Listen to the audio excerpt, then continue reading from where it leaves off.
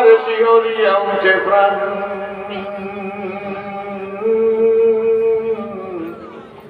কত বন্ধু জানে রাখিলে গোপনে আপন পক্ষে নাকি, শক্তি তোমার অগাধ অসীম দুনিয়ার আশাই ফাঁকি। কবরস্থান থেকে কবিতাটা বইলে গেলাম আমার বানানো। ওরে গোরস্থান হাইলে বারেক নয়নে তোমাকে শিহরিয়া উঠে প্রাণ। ঠিক ঠিক কত বন্ধু জানে রাখিলে গোপনে আপন পক্ষে নাকি, শক্তি তোমার অগাধ অসীম দুনিয়ার আশাই ফাঁকি। তুমি কারোরে হাত ধরিয়া টাননি কখনো টেনে, গাড়িয়া দিয়াছি স্বেচ্ছায় মোরা একে অপরের। কত মায়ের আদরের দুলাল সেনের পুতুলি এ ধনী এ গরিব এ রাজনীতিবিদ এ টাকাওয়ালা এ বাড়িওয়ালা এ গাড়িওয়ালা এ অহংকারী এ বুদ্ধিমান এ ওয়াইজি এ বক্তা এ মুহাদ্দিস এ মুফাসসির এ পীর এ মুরিদ।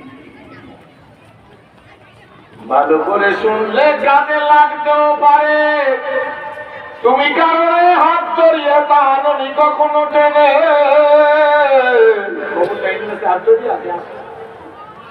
গাড়িয়া দিয়াছি স্বেচ্ছায় মোরা একে অপরের। কত না মায়ের আদরের দুলাল সেনের পুতুলি কাঁদিয়া কইত জাদুরে আমার লইয়া যাইও না। ये हम सब मुसाफिर हैं यही आखिर ठिकाना, कोई आगे रोना है कोई पीछे रो। जवानी ही बहेगी और हजार बुलबुले, अपना अपना बोलिया सब गुल कर जाएगा। ऐसे हम मिसले बुलबुल ऐसे हम मिसले बुलबुल शायर गुलशन के लिए खुश रहा तो भगवानो मैं तो अपना अपना घर चले। बंधुरे बाबरे मारे भाई रे टाकाला बाড়িওয়ালা গাড়িওয়ালা। একটা কথা দিয়ে শুরু করতে চাই, জীবনে এক ঠিক রাখতে হবে। কত জোরে কর, আমার কথা বলতে অসুবিধা, গলায় রস রস কান কম যেতে পারবে না, গলা শেষ তহসিলে ব্যথা। তারপর আপনারা দোয়া করেন যদি আল্লাহ বলে কিছু বলতে চেষ্টা করেন। জীবনের এক ঠিক রাখতে হবে। কত এক হইল ঈমান বিল্লাহ, আল্লাহর উপর ঈমান। বলে লা ইলাহা ইল্লাল্লাহু মুহাম্মাদুর রাসূলুল্লাহ। এক যদি ঠিক থাকে আপনি শূন্য দিলে কত হয়? এতক্ষণ লাগবে কেন? 10 এক দিয়ে শূন্য দিলে কত হয়? আমাকে জালপেটিও 10 হয়। 10-এর সাথে শূন্য দিলে কত হয়? 100-এর সাথে শূন্য দিলে কত হয়? 1000-এ শূন্য দিলে কত হয়? 10,000-এ শূন্য দিলে কত হয়? আপনারা ভালো করে বুঝতে হবে, আমরা ভালো করে, মায়েরা ভালো বুঝবে, আপনারা বুঝতেছেন এই মায়ের জাতটা সরল সোজা। এই যে প্যান্ডেল যায় কইতে দেখেন আপনাকে কয়েক গুণ মহিলা প্যান্ডেল আছে, কিন্তু আপনারা ওই বাদাম চাবায় চায়ের দোকানে বসে মামাইতে সিগারেট টানে কবরস্থানের পাশে বসে আর রং সাপ থেকে মুখের মধ্যে শেষ পর্যন্ত কার্টুনি খারাপ, কাটারি খারাপ, কোন পীর খারাপ, কোন বুজুর্গ খারাপ, কোন অলি খারাপ, কোন তাবলিগের কর্মী খারাপ, কোন একামত দিনের কর্মী খারাপ, কোন হুজুর খারাপ, কোন হুজুরে কি করছে শেষ পর্যন্ত কথা বল। আমাদের এখনই মন্ত্রী বলতেছি শেষে যাওয়ার সময় লম্বা একটা সিগারেট টান দিয়ে উপরের দিকে ধসা রেয়ার করে হুজুর এই দেশটা খাইবে।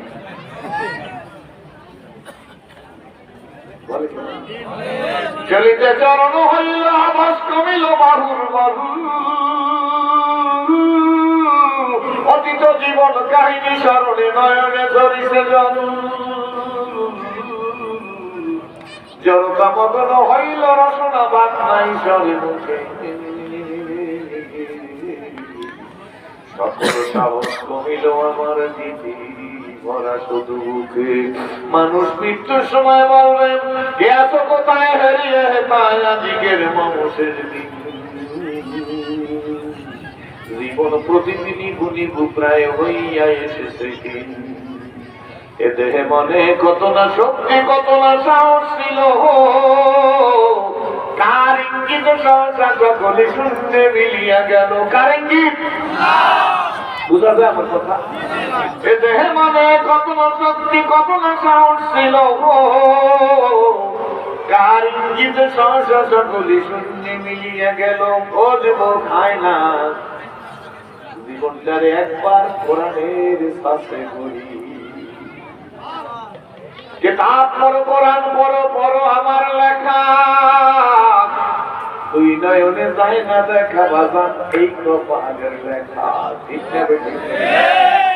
কিতাব পড়ো কোরআন পড়ো পড়ো আমার লেখা। কার? আল্লাহ। কিতাব পড়ো কোরআন পড়ো পড়ো আমার লেখা, দুই নয়নে যায় না দেখা। না মানে চোখ, দুই নয়নে যায় না দেখা এই কপালের লেখা। অন্ধকারে পথের মাঝে চলছো ভাইয়া একা, মনের কোণে খেলছে তোমার কত আশা পাকা।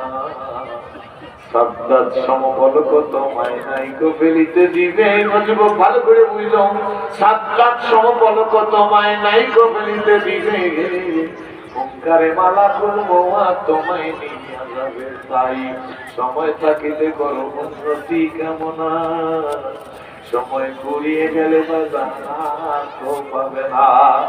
কত মাতুব্বরি কত বক্তৃতার গৌরব। আমি বক্তা সাহেব, আমি মহাদ্দেশ সাহেব, আমি মুফাসসির সাহেব, আমি বিশ্বাস, আমি পরিষ্কার কি বলেন বুঝবেন ওই দিন যেদিন মাতাল মাতুয়ের বাজারের মধ্যে বাজার করতে যাইবেন।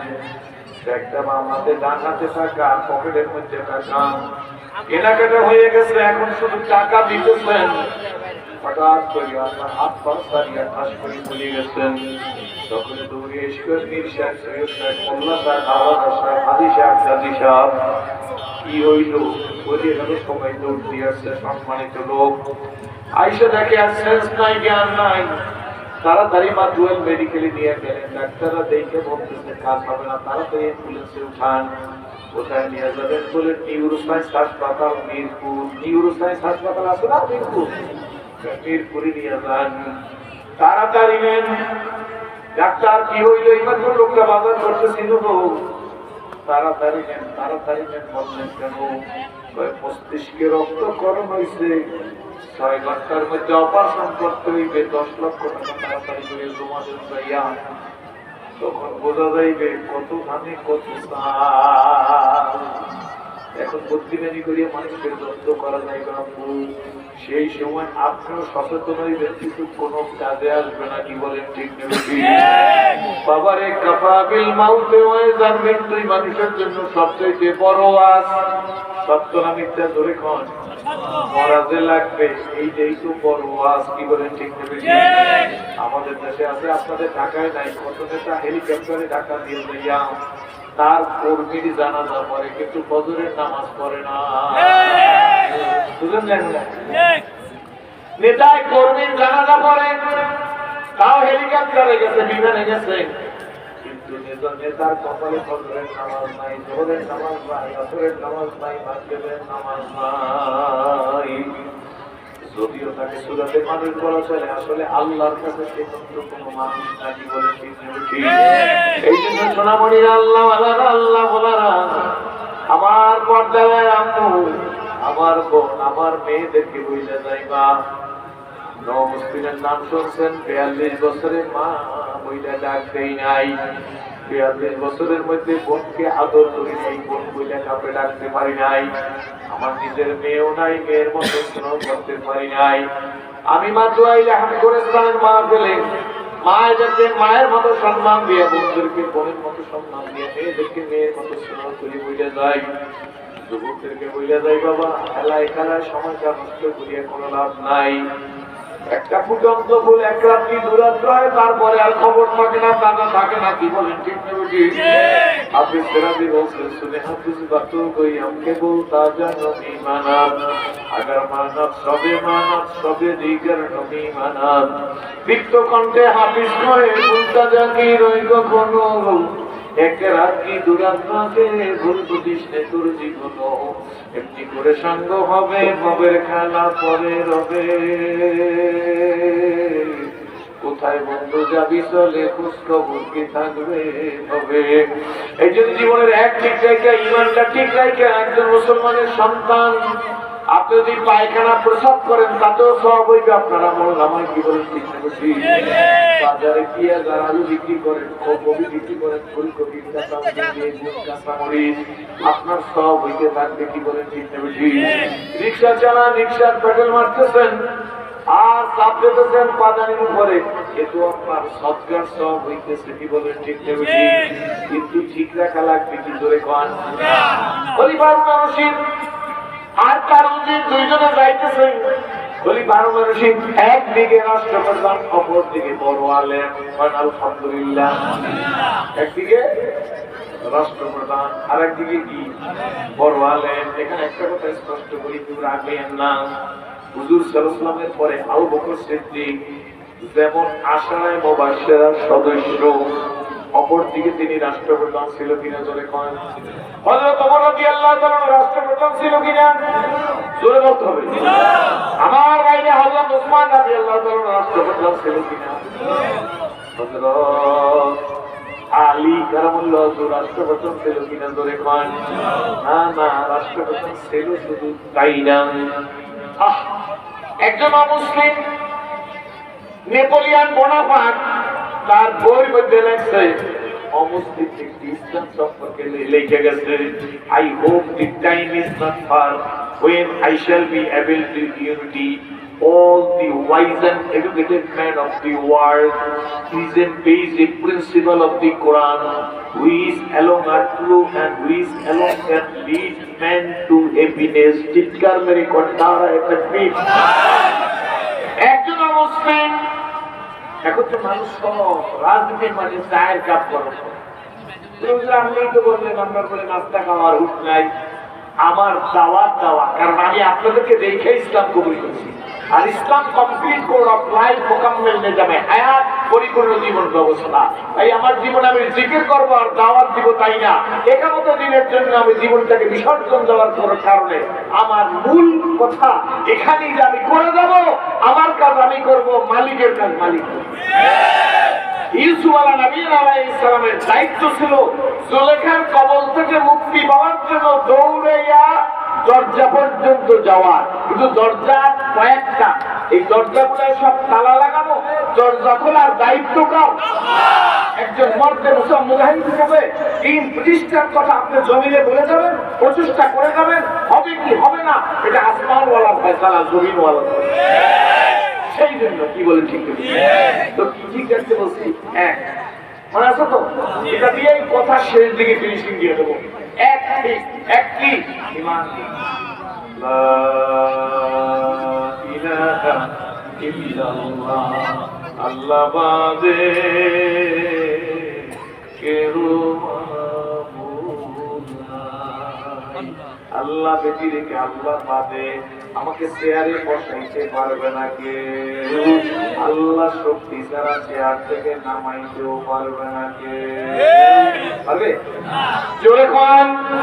আমরা তো কত ভীষণ 24, 25, 26, 27, 28, 29, 30, 31, 32, 33, 34, কত দিনে কত? 41। আমি রাজনীতি কথা বলবো না, কারো গায়ে লাগবে না। কত না 41, 42, 43 তো অর্থনৈতিক মালিক না। তোমার হায়াত, তোমার ক্ষমতা, তোমার চেয়ার, ও সেবার জানি কখন শেষ হয়ে যাবে তুমি নিজেও জানো না। তোমার চেয়ারে উঠাইতে পারি আমি, নামাইতেও পারি আমি। এখন দিয়া কৌশল দিয়া চালাকি দিয়া চেয়ারে উঠবার পারবা না। বুদ্ধি দিয়া কৌশল দিয়া চেয়ারে থাকবো আর পারবা না। ইমানের নামানের মালিক হইল আমি আল্লাহ, তুতিল মুলকা মান তাশা। ওই হারুন রশিদ একদিকে রাস্তা বললাম, অপর দিকে আলেন। রাস্তা দিয়ে যাইতেছে রাষ্ট্রীয় কাজে। খবরদার, আমার দুটো একটা অভ্যাস আছে, কথাবার্তা বললে মোবাইল রিসিভ করলে আমি কথা বলতে পারি। আর স্টেজে যারা হাঁটা চলা করবে সম্মানিত ভাইদের মায়ের উপর সালাম করি।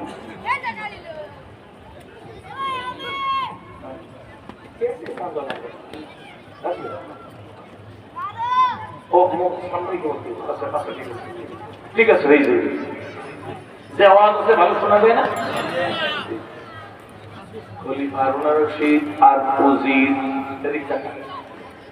দুইজনে ঘোড়ার থেকে সরিয়া যাইতেছে রাষ্ট্রীয় কাজে। মনে রাখছি, ঠিক আছে? যেতে যেতে যেতে যেতে দেখতেছে রাস্তার পাশে একটা খেজুরের বাগান। খেজুরের বাগানে একজন কৃষক খেজুরের চারা লাগাইতেছে। কৃষকের বয়স 80 বছরের বেশি। 80 বছরের বুড়ে খেজুরের চারা লাগায়। খলিফা হারুন রশিদ মুস্কি মুস্কি হাসতেছে। উজির ডাক দিয়ে বলে, স্যার হাসেন কেন? এই দুনিয়া মিশে গেলে ভাই মায়ায় বাধায় সংসার। আখি বুঝিলে সবই বাকি, কে আপন আর কে বাপন। আখি বুঝিলে সবই বাকি, চোখ বুঝিলে সবই পাখি। বলো না, চোখ বুঝিলে সবই পাখি, কে আপন আর কে বাপন। আজকে যারা আপন মনে করছি সে আমার আপন না, আপন হইল আমার মালিক আল্লাহ। আপন কেনা আপন বাড়ি রাইখা বেজন পরের বাড়ি সাজায়, তার মতো আহাম্মক কি এই জগতে আছে? 80 বছরের বুইড়া খেজুরের চারা লাগায়। খলিফা হারুন রশিদ মুস্কি মুস্কি আসতে দুইজনই ডাকিয়ে স্যার হাসেন কেন? দুইজন তো ঘোড়ার বেড়ে জিজ্ঞেস করে স্যার হাসেন কেন? খলিফা হারুন রশিদ বুঝিয়ে বেটা খেজুরের চারা লাগায় দেখছো? স্যার দেখছি। বুড়িয়া বয়স কত স্যার? 80-85 কম না।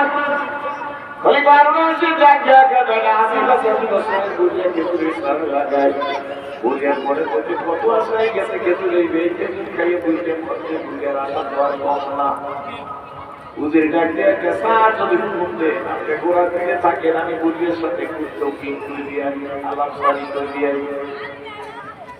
যাও, তবে গিয়া বুড়িয়ারে প্রথম সালাম দিও।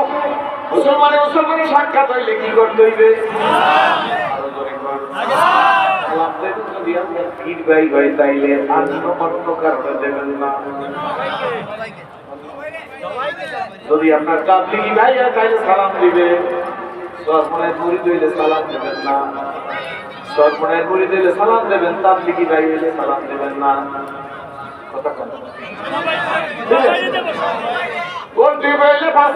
সালাম দেবেন না।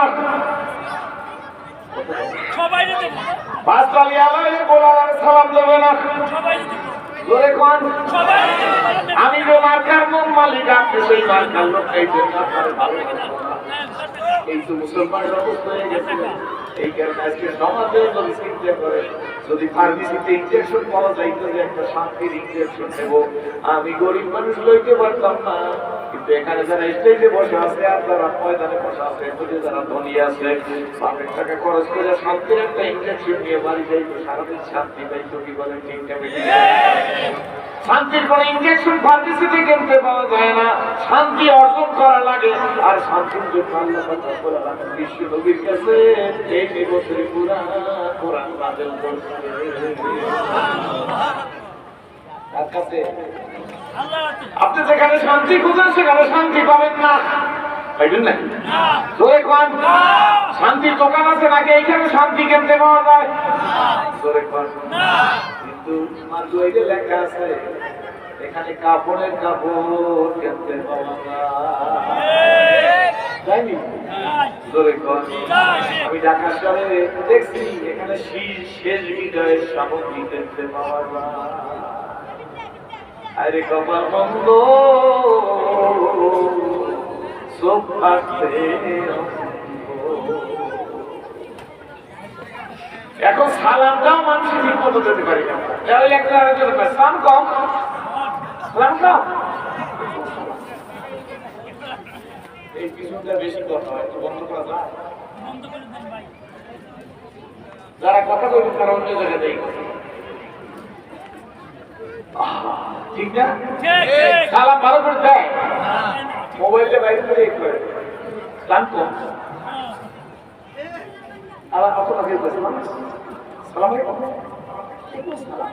আমি পাইনি, আপনারা পাইনি আমার এগুলো কোনো সালাম? মুসলমানের সন্তান নিয়ে সালামটা ঠিক মতো দেবেন না, আল্লাহর কাছে কি বললে মাপ পাইবেন একটু আমার বুঝেন তো, আমি মুসলিম আপনি বুঝেন।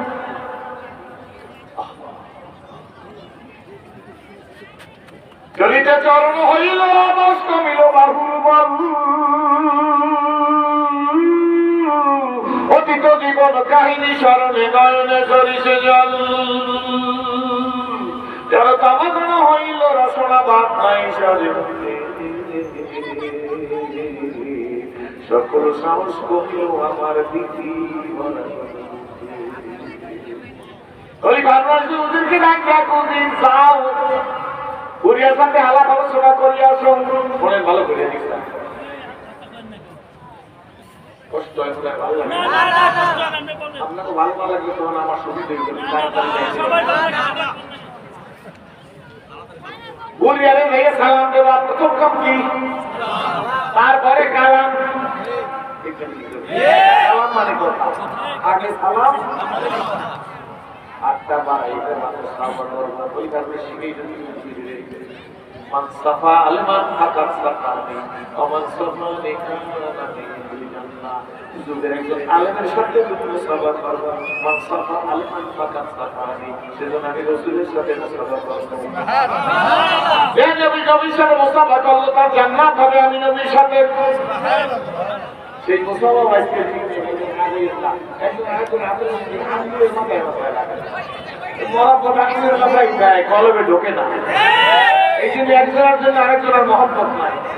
এই দেশের মানুষ মারাবা লজের শেষ থেকেও সস্তা, ঠিককে বেশি করে করে, খেজুর গাছের রস নাই, বাজারে খেজুরের বাটালির অভাব নাই, আসেনি ঢাকা শহরে জানুয়ারি ফেব্রুয়ারি মার্চ এপ্রিল মে জুন জুলাই আগস্ট সেপ্টেম্বর অক্টোবর নভেম্বর ডিসেম্বর 12 মাস খেজুর গুড় পাওয়া যায়, বাজারে সব থেকে খেজুরের বাটালি পাওয়া যায়, এর মধ্যে খেজুরের রস তো দূরের কথা, খেজুরের পাতার কষও নাই।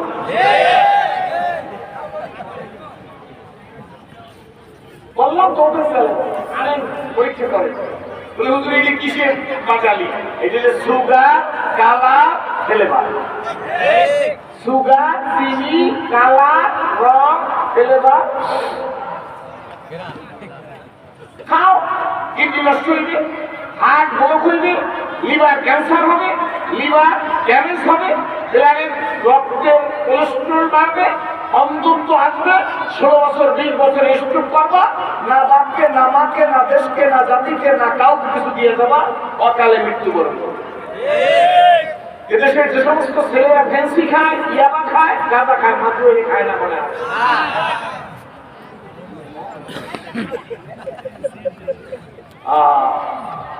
মনে পড়ছে তখন বলতে গাঁজা, ফেন্সি, ইয়াবা, বাবা, মরফেন, মেথেলেন। 23 বছর আগে আমি মলাপাড়া ওয়াসর থেকে যে সাইকেল সেন্টারে শোয়া হুজুরের নেশার সম্পর্কে আমি কি নেশা বেশি দিয়ে এই কথা বই করি না হুজুর, তখন ভালো করে নেশা বুঝতে উঠে গিয়েছি, কি হয়েছিল সব নেশাগ্রস্ত হয়ে গেছে, সেই আমাদের স্তরের দিকে একটাই কুয়াকাটার দিকে কি নেশা করে হুজুর, টিকটিকি ছিলেন, টিকটিকি টিকটিকি ওয়ালা চলে কুমিরের মতো, এই টিকটিকির পেট ফাইটা এর মধ্যে বিড়ি সুতা ঢুকাইয়া টিকটিকি রোদ্রে শুকাইয়া চলিয়ে পুরো মানুষ, এরপরে কাগজের মধ্যে বেঁচে সিগারেটের মতো করে খাইলে বলে ভালো ঘুমায় আর অন্তরটা শান্তি করে। আমি শুইতে বসে বসে কিন্তু জীবনে লজ্জা আছে, ঘিরটা আছে, এরপরে শুনছি জোটায় যে সলিউশন লাগায়, গ্রামের কথা একটা দেখছেন না, এইটা বলে আমার সোনামণি গুলো খায়, 16 বছর 15 বছর 22 বছর 30 বছর, এরপর যারা ফেন্সিডিল বানাই আমার কাছে বানায় তারা খায় না, আমাদের দেশের যুবক মেরিটকে ড্যামাইজ করার জন্য আন্তর্জাতিক চক্রান্ত। এই জমিনের মধ্যে মোহাম্মদুল্লাহ হাফিজের মতো সন্তান আছে, এই জমিনের মধ্যে আল্লামা ফজলুল করিম রহমাতুল্লাহ মতো সৈনিক আছে, এই জমিনের মধ্যে শর্ষিনা নেসারউদ্দিন রহমাতুল্লাহ মতো কুতুব আছে, এই জমিনের মধ্যে মোহাম্মদুল্লাহ হাফিজের মতো সন্তান আছে, এই জমিনের মধ্যে ডক্টর শহীদুল্লাহর মতো সন্তান আছে, এই জমিনের মধ্যে আল্লামা শামসুল হক ফরিদপুরের মতো সন্তান আছে, এই জমিনের মতো হাজী শরীয়তুল্লাহর মতো লৌহ মানব আছে, এই জমিনের মধ্যে উজানির কারি প্রেম রহমাতুল্লাহর মতো কুতুব আছে, এই জমিনের মধ্যে রশিদ আহমদ গঙ্গির মতো সন্তান আছে, এই জমিনের মধ্যে থানভী গাজ্জালির মতো সন্তান আছে। সুতরাং এই সমাজে যদি তুমি নেশা ঢুকাই দিতে পারো যে এই দেশের মানুষের মানুষ থাকবে, সেটা থাকে হোপালাতুল নাস, মানুষের ঠোঙ্গা, তার মধ্যে মনুষ্যত্ব থাকবে না।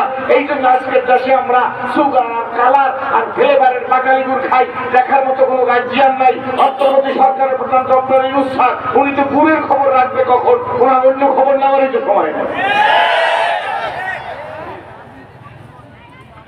আমরা অসহায়, বাজার নিয়ন্ত্রণ করবে রাষ্ট্রপ্রধান, আপনি অন্তর্বর্তী সরকারের প্রধান। বাজারে ভেজাল, আজকে 7 থেকে 10 দিন পর্যন্ত সিএন এলপিজি গ্যাস নাই, অবস্থার কোনো পরিবর্তন হইতেছে না। নাই কেন জবাব দেবে কেনা? আপনি ইমাম, আপনি জবাব দেন, কিন্তু ইমামের ক্রাতাস, ইমামের সূরা সহি না হইলে ইমামতিতে যাবেন না। আপনার গায়ের ওই সূরাটা সূরা আপনার কেরাত সহি না, আপনি পিছনে থাকেন, সামনে যখন গেছেন কেরাত সহি করে সামনে যাবেন। ঠিক মতো জোরে বলেন, ঠিক জাতির নেতৃত্ব নিচ্ছেন আপনি।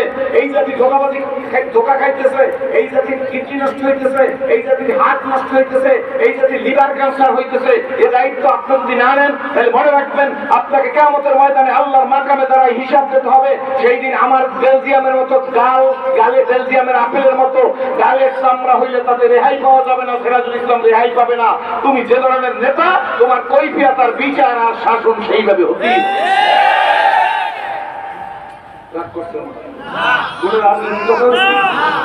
বলতে পারেন যে বাটালি খাইতেছে এই বাটালি খাবে, খেজুর গাছে রস নাই, বাজারে বাটালি পাইনি কই।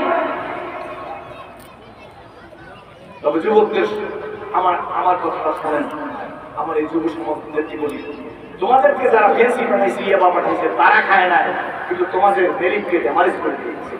তোমাদের মধ্যে হুসেন শরীফ সোহরাওয়ার্দীর মতো লোক আছে, তোমাদের মতো ডক্টর শহীদুল্লাহর মতো লোক তোমরা এই মাঠের মধ্যে এখন আছে। খ্রিস্টান এই মাঠের মধ্যে আছে যারা আগামী দিনে ডক্টর শহীদুল্লাহর মতো মেধাবী হবে। ডক্টর শহীদুল্লাহকে ডক্টর শহীদুল্লাহ ফুরফুরে আর আবু বকর সিদ্দিক রহমাতুল্লাহ খবর রাখেন না। ডক্টর শহীদুল্লাহের সামনে গিয়ে দেখেন তার চেহারা। ডক্টর শহীদুল্লাহ জীবনে দাঁড়িয়ে বেরেট লাগাইছে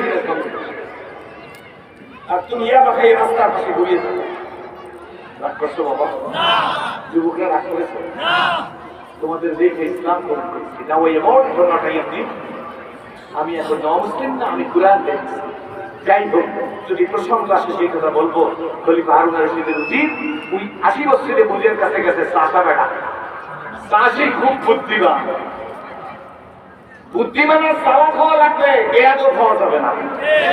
বুদ্ধিমান এবং চালাক আর বেয়াদব এক জিনিস।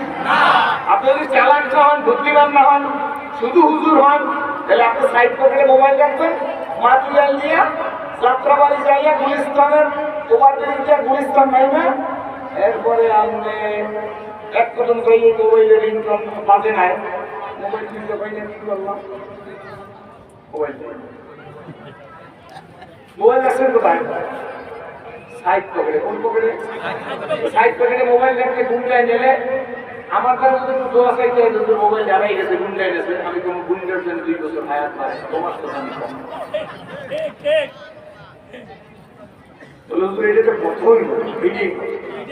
তুমি একজন মুসলমান 2 বার 1 গর্তে পড়ে। যেহেতু গাড়িতে রিক্সায় সিএনজিতে সিটটাই হয়, পকেট পাই হয়, সুতরাং মোবাইলটা সাইড পকেটে রাখাই হইল শরীয়তের খেলাফ। তোমার শরীয়তের খেলাফ হইলে সাইড পকেটে মোবাইল রাখার পরে মোবাইল চুরি হইলে আপনি যত ফান্ড নিয়ে যত বিলের দরবারে মানব করবেন, ও মোবাইল আর কাম ব্যাক নেই।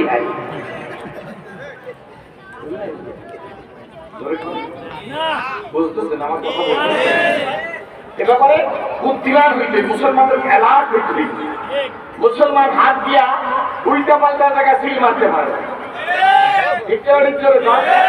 মুসলমানদেরকে হিসাব এক ঠিক বাজার যাওয়ার আগে চিন্তা করবে টাকাটা কোন জায়গায় নেবো, মোবাইলটা কোন জায়গায় রাখবে? মসজিদে যদি জোতার বাক্স পিছিয়ে থাকে আর মুসলিম লইয়া সামনের কাতারে যাইয়া নামাজ পড়েন, এরপর আইসে যদি দেখেন যে 3,500 টাকার জোতা নাই, 49,000 বার ইন্নালিল্লাহ বলে জোতা আর পাবেন না। এই ব্যাপারে যদি আমার কাছে কেউ এসে দোয়া করে, তাহলে আমি যে মেসেজ জোতা অর্জনে দোয়া করবো, ওর আমি কপাল বলে যার জানাচ্ছে আর জন্য আমি দোয়া করি। তবে কেন হুজুর? শরীয়তের বিধান হলো জোতার বাক্স সামনে রাখবা। তুমি 4 রাকাত আসরের নামাজ পড়তে মসজিদে যেভাবে ঢুকছো, এই 4 রাকাত নামাজ তোমার কাছে যেভাবে খরচ, ওই জোতা ধরা হেফাজত করা একই টাইপের একই টাইপের খরচ।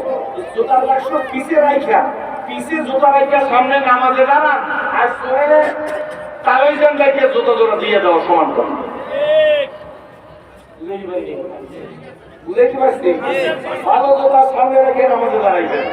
জোয়ানটা তো বেশি বলি, কারণ তোমরা যদি নতুন জুতা কিনতে পাই দিয়ে মসজিদে গেছো, নামাজে নামাজ পড়ছো পিছের পাশে রেখা, এরপর সালাম তুমি জোতা বাদলি করবে আর মসজিদে আসবে।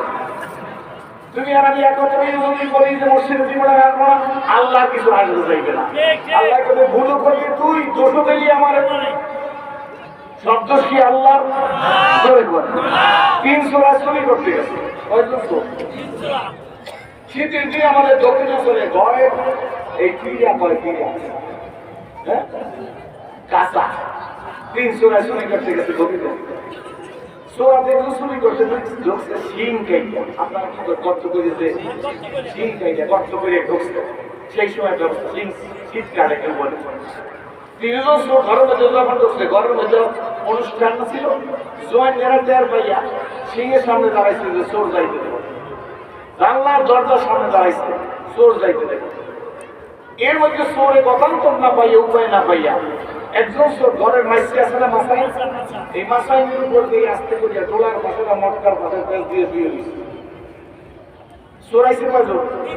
একজন কাছে কোথায়? মাসাইল উপরে। আর 2 জনে ঘরের মালিক চোরের কথা শুনে লেফট সাইডে উঠছে, চোর খুঁজে। চোর 2 জনে এই গোল্ডেন চান্স পাইয়ে যাইয়া লেফের নিচে ঢুকছে। কথা বুঝতেছেন তো? লেফের নিচে কয়জন? আর উপরে মাসাইল উপরে কয়জন? এখন ঘরের জোয়ান যারা খালি চোর, চোর খুঁজে পায় না, পায় না তো পায় নাই, লেফের মধ্যে চোর ঢুকছে, এটা তো বোঝা সম্ভব। ঠিক নেবে ঠিক করে। এই সতর্কারকে বলিশান যাওয়ার সময় সিন্ডিকেট আছে গুন্ডা, একজন গুন্ডা ফাঁকতে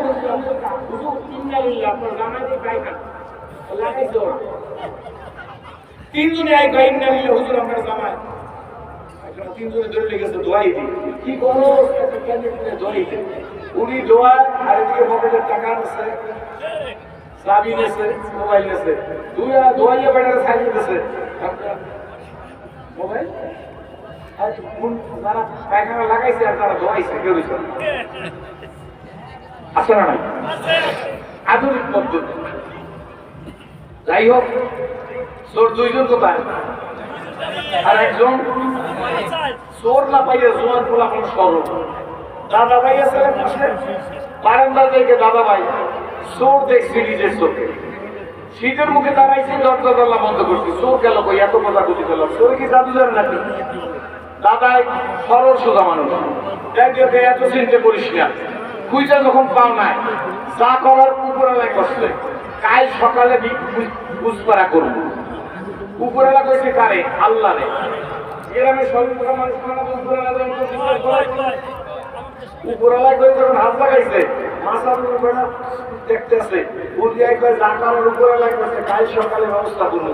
মনে করছে আমার তো মারবে, 3 জনে একসাথে চুরি করতে আসছি, উপরালার জন্য দিয়ে লাভটা কি? ওই যে লাভ দিয়ে বলে, দাদা আমার একলারে মারবেন না, শব্দ উপরালার না, ল্যাবের মধ্যেও 2 জন আছে। দোষ কি সব উপরালার না, নিচে লারবা? জোতাকে পিছিয়ে রাখছো, এইটা তোমার দোষ, উপরালার দোষ। খাইতে খাইতে লিভার যাতে খারাপ হয়ে গেছে, তোমার মায়ের আর তোমার বাবা যে কান্দে, তোমার মায়ের আর বাবার খালি কাঁদলে কাজ হইবে না, তোমার নিয়ন্ত্রণ করা তোমার মা বাবার অধিকার। কি বলেন? ঠিক যাবে ঠিক। রাত 10টার পর ছেলে যদি ঘরে ঢোকে, কথা আমি বলবো সামনে, রাত 10টার পর ছেলে যদি ঘরে ঢোকে, তাহলে আপনি বাবা হলে দাঁড়াইয়ে বলবেন 10টার পরে কোথায় ছিল, জবাব দাও সামনে। বাবা বলবে ছেলেকে, বাবা বলবে আপনার ছেলেকে 10টা পর্যন্ত কোথায় ছিল বলো, তারপরে ভিতরে যাও। আর যদি আপনি বলেন যে আমার তো 11টা আসলেই বা কি হয়েছে, আমি 6 টাকা ছিল না, তাহলে আপনি হইবে পীরের মুরিদ, আপনার ছেলে হইবে ইয়াবা কমিটির সভাপতি। তাইলে আপনি হইবেন তবলিগের মোবাল্লিগ, আপনার পোড়া হইবে গাজা কমিটির সেক্রেটারি। এটা ভালো করে বুঝে। শরীয়ত মুকদ্দম দ্বারা কোনো, শরীয়ত মুকদ্দম দ্বারা কোনো, মারে কথা শরীয়ত কা নিসলে বেরু। এই যে বুদ্ধিমানের সালা খাওয়া যাবে, বেয়াদব হওয়া লাগছে না।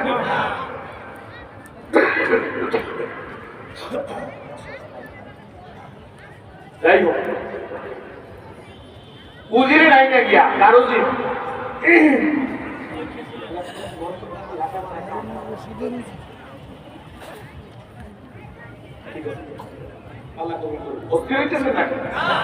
অনেক সময় অসুবিধা উজির কা খলিফা উজিরি গিয়াই সালাম দিতে বলছেন আর মুসাফা করছিলেন। মুসাফা করে চাচিকে ডাকিয়ে জিজ্ঞেস করে, চাচু ও চাচা তোমার বয়স কত? বুড়ার কাছে জিজ্ঞেস করে, চাচা তোমার বয়স কত?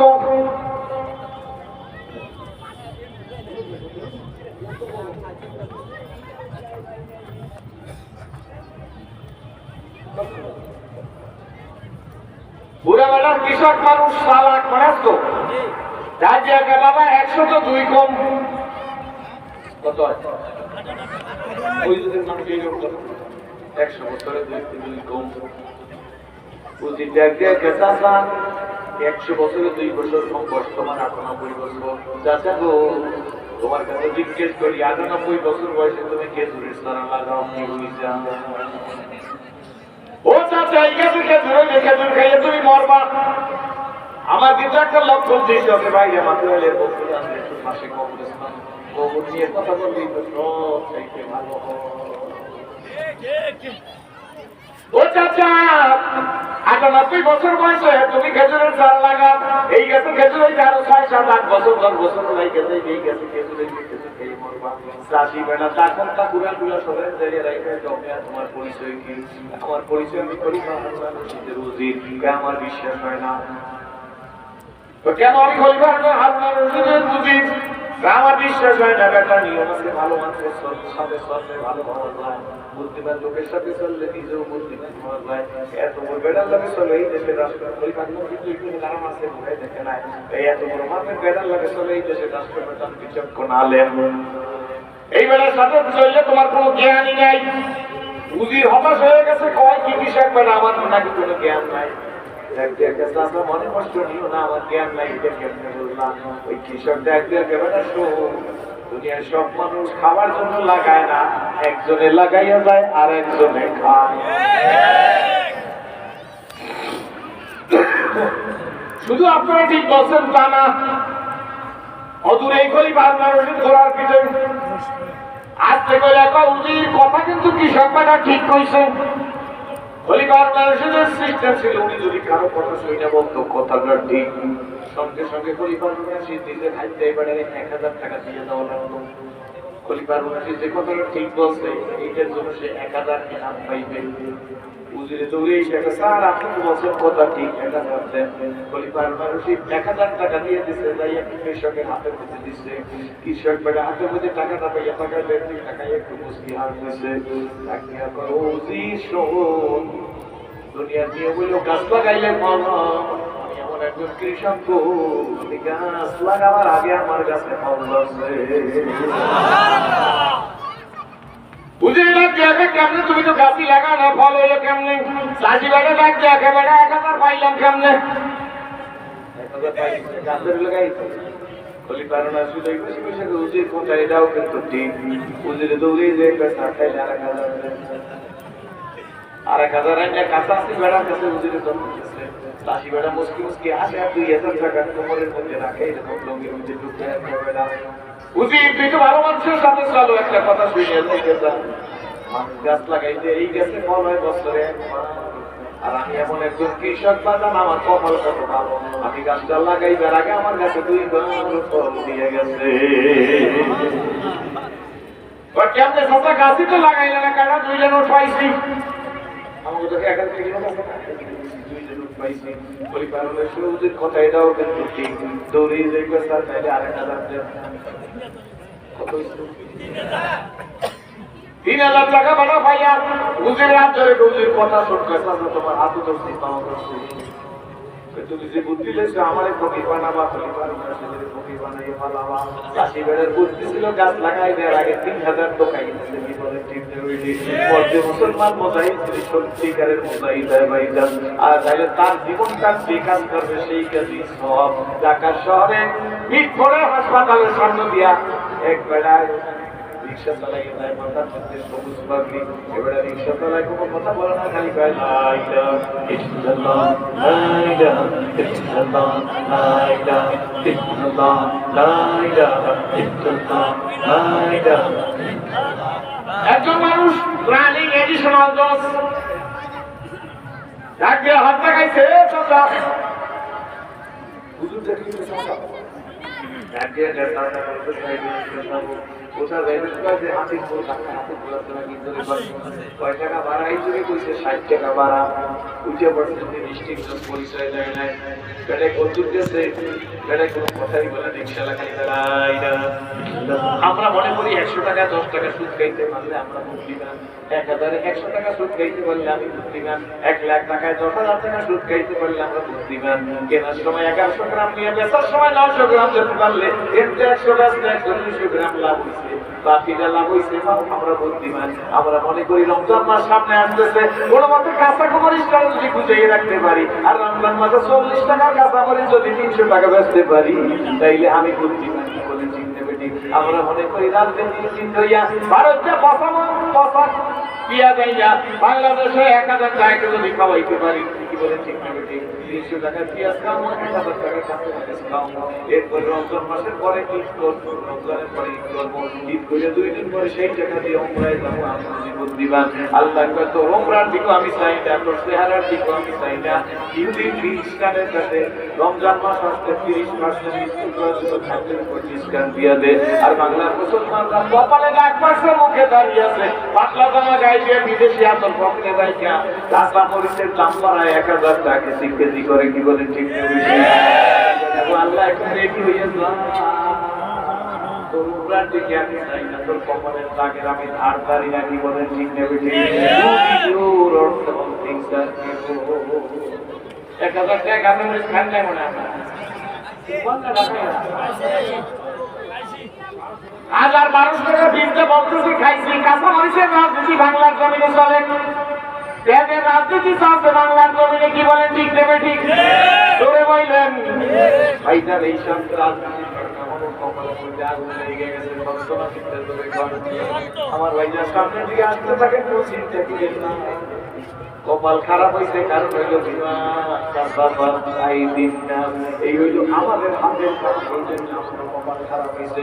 অন্যের চলছিল না বাজান, করাইবার কালে যদি ইস্পাতে হয় চুরি, বালি দেবে আর ওঠে না শুধুই লোহার ছুরি, যন্ত্রের সময় যদি বিসমিল্লাহ হয়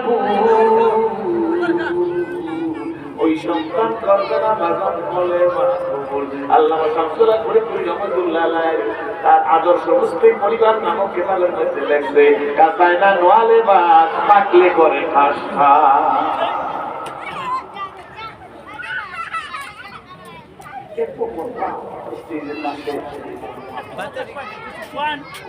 আমি কি করতে পারি? এইরকম যদি কথা হয় তার মধ্যে ওয়াজ করতে পারি। বন্ধু মনে আছে তো রিক্সায় কেনা কিন্তু পরিচয় তো দেয় না, রিক্সা করতে যাই বলতেছে রিক্সা আমার যাবে না, কেন সব নাই নিয়ে যান, আর একটা রিক্সা নাই কেদি ভালো করে বলতে এটি রাজল আসলে হয়ে গেছে ব্যাপারটা কি। স্যার আপনার হাতে যদি পাই টাকাও লাগবে না, আমি আপনার পুরো বেজানো না, আপনার হাতি ফুটিয়ে যাই। এটি সঞ্চয় দেখে বাবা কি হয়েছে, পয়সা আর আজান হয়ে গেছে, আমাদের মাত্র 2 মিনিট বাকি। আমি রিক্সাটা সামনে মসজিদে যাইয়া তাকবীর উল্লাস করি, আমি আসরের নামাজ যখন বের করে আপনারা নিয়ে যাইতে পারবো। আর যদি আপনি না যাইতে পারেন তাহলে রিক্সাটা 1 টাকা দাও দেওয়া লাগবে না। এটি সঞ্চয় রিক্সাওয়ালা দিকে তাকাই রয়েছে, রিক্সাওয়ালা তার দিকে চাইয়া কোনো কথা বলে না, কয় লা ইলাহা ইল্লাল্লাহ লা ইলাহা ইল্লাল্লাহ লা ইলাহা রিক্সাওয়ালা দিকে তাকাইয়া এটি সঞ্চয় বলতে পারছে, সন্দেখানি হিকমতে ইউনানিয়া, হিকমতে ইউনানিয়া সাফা কোন জিনুকের মধ্যে মুদ্রা থাকে, জিনুকের মুখ না করলে বোঝা যায় না। জামাটা খারাপ, তুমি দেখছিলে পড়া, লঙ্গিলা ভালো না দেখে তুমি নেগলেক্ট করিও না। বেলালে হাফসি রূপ ছিল না, গুণে ভরা জীবন ছিল, সাধনার বলে হযরত বেলাল খাবার এটি সদস্যপ দেখি আগে তোমার যাওয়া লাগবে না। ওটা কি দেবে? 100 টাকা তোমার দিয়ে দেবো, দেওয়া লাগবে না। দেখতে 60 টাকার বাড়ান 20 টাকার জায়গা বাসি নাই, আপনার টাকাও দেবো না, 100 টাকা আমি দেবো, সারা আমি দিনকে বইয়া খাই না। এই সদস্যপ তোর পরিচয় দেয় না, দেখতে একাই শাস্ত্রাতে রাগ হইয়া না, আমি আপনার হাত দিয়ে দিলাম, খুশি হইয়া দিলাম, একটু আপনার মোবাইল নাম্বারটা আমাদের দেন। রিক্সাওয়ালা সারের মোবাইল নাম্বার চাই না, সারে চাইছে রিক্সাওয়ালা মোবাইল সন্দেখানি হিকমতে ইউনানিয়া, হিকমতে ইউনানিয়া আব্বা। রিক্সাওয়ালা কি করতে তুমি 100 টাকা নিয়ে মসজিদে ঢুকছে। আমার আল্লাহ দেখে আমি আল্লাহর বরত্বের কথা রিক্সা চালার মধ্যে যে কোম্পানিতে চাকরি করে ওই কোম্পানি তার বেতন পরিবেশন করে, বেতন যাতে কি বলেন ঠিক নেবে। এই বাচ্চারা ইসলাম ফেমাস করে চিনতে করতে পারবি না। দেখ রিক্সা আমরা বসে আল্লাহ বাদে কেউ মাহবুব, এই রিক্সা আমরা মন্তব্যে না, এই মসজিদের মধ্যে ঢুকতেছে, ও আমার বরত্বের কথা বলছে, ও আমার বরত্বের কথা বলছে, আমার শ্রেষ্ঠত্বের কথা বলছে। সেই বেটা অপশনাল ফার্মাসিউটিক্যাল চাকরি করে, ওই বেটার বেতন অপশনাল ফার্মাসিউটিক্যাল দেয়। যে বেটা স্কোয়ার ফার্মাসিউটিক্যাল চাকরি করে, ওই বেটার বেতন স্কোয়ারে দেখি বলে ঠিক নেবে ঠিক। যেই কোম্পানির চাকরি করে সেই কোম্পানির বেতন তো বাবা ঠিক নেবে ঠিক। আল্লাহ দেখে একাকি শোনা সিরাজুল ইসলাম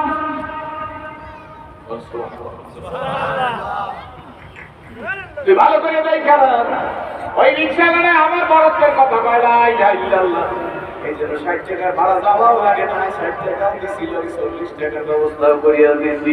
এই পয়সাটা আসমান সে ধরি না, খাওয়াইছে না জোরে কোন আমাদের দেশে একজন হুজুর মসজিদের বেতন 5-6 টাকায় বেশি দেন, আপনার 6,000 7,000 8,000 টাকা ভালো মসজিদে কম মসজিদে 3,000 টাকা দেওয়া মসজিদে দোলা থেকে ইমাম সাহেব বেতন দিল 6,000 8,000 টাকা, জামাটা আপনার 4,500 টাকা 7,500 টাকা, লোকেরা ডাক দিয়ে আপনি বেতন পায় 6,000 টাকা, জামাটা আপনার 5,500 টাকা, টাকা পাইলো কই তুমি জীবনে জমাই করতে পারবা না।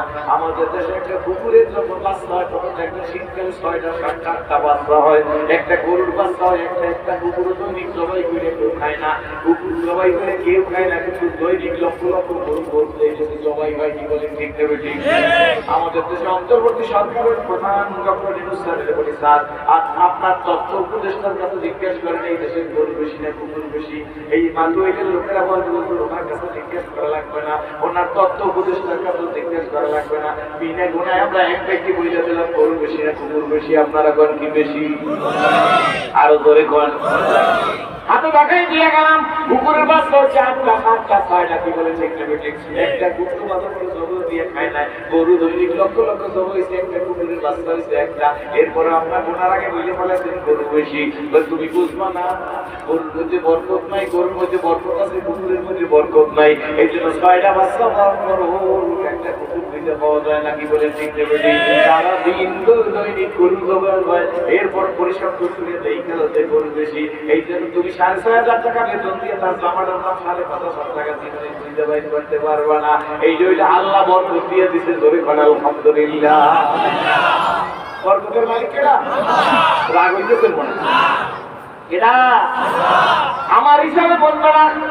এই জন্য আসুন নিজের জীবনকে মূল কথার দিকে এসে গেছি, নিজের জীবনকে সুপ্রতিষ্ঠিত করার জন্য গোলটুকিয়ার পাঁচতালি লঙ্কার কোনো বিবেচ চলবে না, খানা খারাপ হবে না।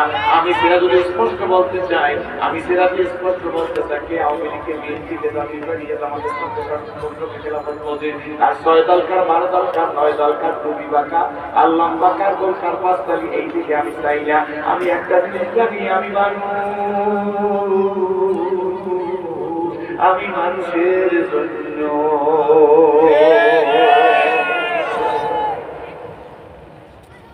মানুষ বাংলাদেশের ট্রেডিশন হলে একদল ক্ষমতায় থাকলে আর একদল দেশে থাকতে পারে না, সত্য কথা বলবেন। আর একদল ক্ষমতায় আসলে আর একদল দেশে থাকতে পারে না। ভাইজান, আমি আপনার হয়ে বইলে যাই, আপনাকে গালি দিয়ে পরে দিয়ে কি বলে দেখতে বেশি। আমি চাই একদল ক্ষমতায় থাকলে আর একদল দেশে থাকবে না, আর একদল ক্ষমতায় আসলে আর একদল দেশে থাকতে পারবে না, তা হইবে না। তুমি বাংলাদেশটারে এমন ভাবে কায়েম করো, এমন একটা সাথী তৈরি করো যাতে সব দল মায়ের পেটে একটা পেটে সন্তানের মতো শান্তিতে থাকতে পারবো। কিন্তু আমাদের দলের ভালো না,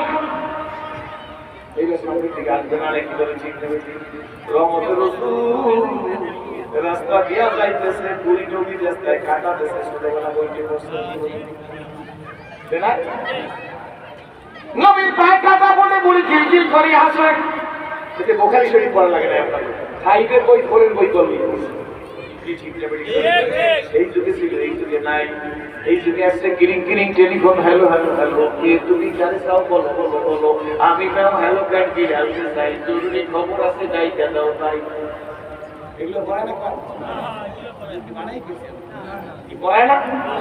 আর আমরা বসে 3 দিন হবে খাইতে না পাই নাই কিছু মোর ঘরে, তারা পরিবার বাড়িতে আমার উপোস করিয়া মরে, নাই তাই কাজ পাইতে দিলা দেবে রাই ভিক্ষা করি।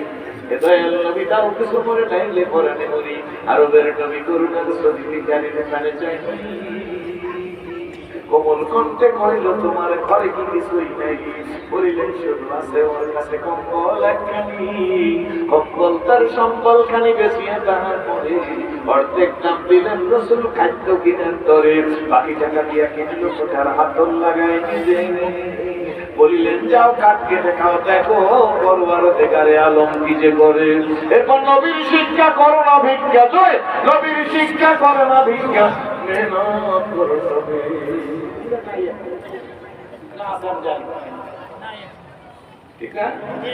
এরপর আমরা পড়ছি নই কমরা ভগে বিলাসের কান্ন ছিল শাহাদাতের, ভিখারির বেঁচে খলিফা যাদের শাসন করিল আদা জাহান।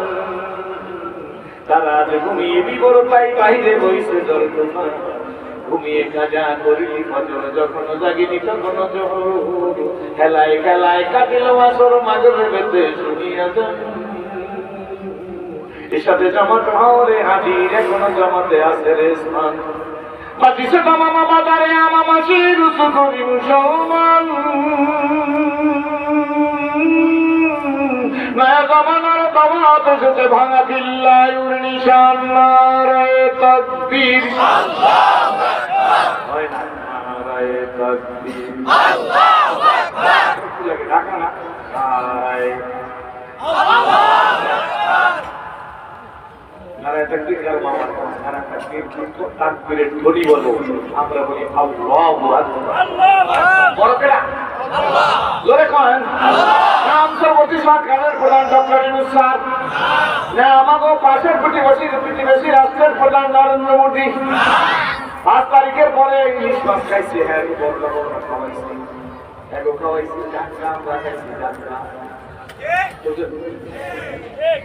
5ই আগস্টের পরে ইলিশ বাজারে গেছি, বাজারে যাই জিজ্ঞেস করে ইলিশের কেজি কত, হুজুর আইলো কেজির মাছ 2600 টাকা। এই 2600 টাকা ইলিশ মাছ খাওয়া কয়জনের পক্ষে সম্ভব? আমি হুজুর আইস দিয়ে কেজি জাটকার পাশে হুজুর জাটকা নিলে 400 টাকা কেজি, আপনি নিলে আমি 350। ঠিক আছে, জাটকাই খাই, টাকাই দেখি ভালো ভালো 1200 মার্কিং করা, টিকিট লাগাই দেওয়া, টিকিটের সিল টিল দেওয়া।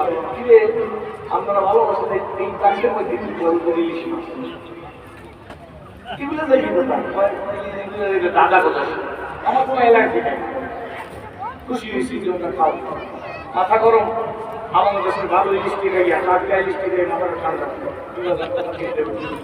আমরা খাইছি জাটকা অবহাওয়া হয়েছি 3 সপ্তাহ যাইতে পারে না আমাদের ইলিশ মাছটি অর্জন করে আনি চিকিৎসা দেবো না ভিসা দেবো না আস্থা দেবো না যাইতে দেবো না বসে আমার না আমি চিন্তা করলাম তাইলে জোয়ান গোলাপ আছে গান গায় ও গানটা ঠিক আপনার তো কোন গানটা ঠিক গোলাপান রাস্তায় যা দেখলেন এই জায়গায় ছেড়ে এই জায়গায় ছেড়ে এই জায়গায় ছেড়ে এই জায়গায় ছেড়ে আসতে গেছে 3 জায়গায় ভাড়া আসতে গেছে একটা ছিদ্র আমার রান দেয় রানের প্রশ্ন ভাগ্য বলে আমি পর্যন্ত নিউজ দেয় না কপালটা ভালো হয়েছে নাকি বলে ঠিক সেই গোলাপানের রাস্তা দিয়ে যাচ্ছে কথা শোনা যায় না এই ছেলে মিলে রাস্তা দিয়ে যাইতে দেখে গান গাইতে এখন তো শতকরা 60 জন মানুষের কানে কম শোনে তুমি কি কই দেখি এটা due to mobile due to internet due to YouTube শতকরা মিথ্যা জোরে আমরা যখন গাড়িতে হর্ন দিতে আসেন সাইডে যায় না কানে কম শোনে আমার করি সেটা হলে আমিও কম শুনি কি ঠিক নেবে তেজওয়ান ফলাফল রাস্তার যে যায় গান গায় একজন মানুষ হইয়া তুমি কয়জনের বিলাম উপর উপর ভালোবাসা ভিতরটা কয়লার মতন বন্ধু তোমার ভালোবাসার ধরন ভালো না বলো বন্ধু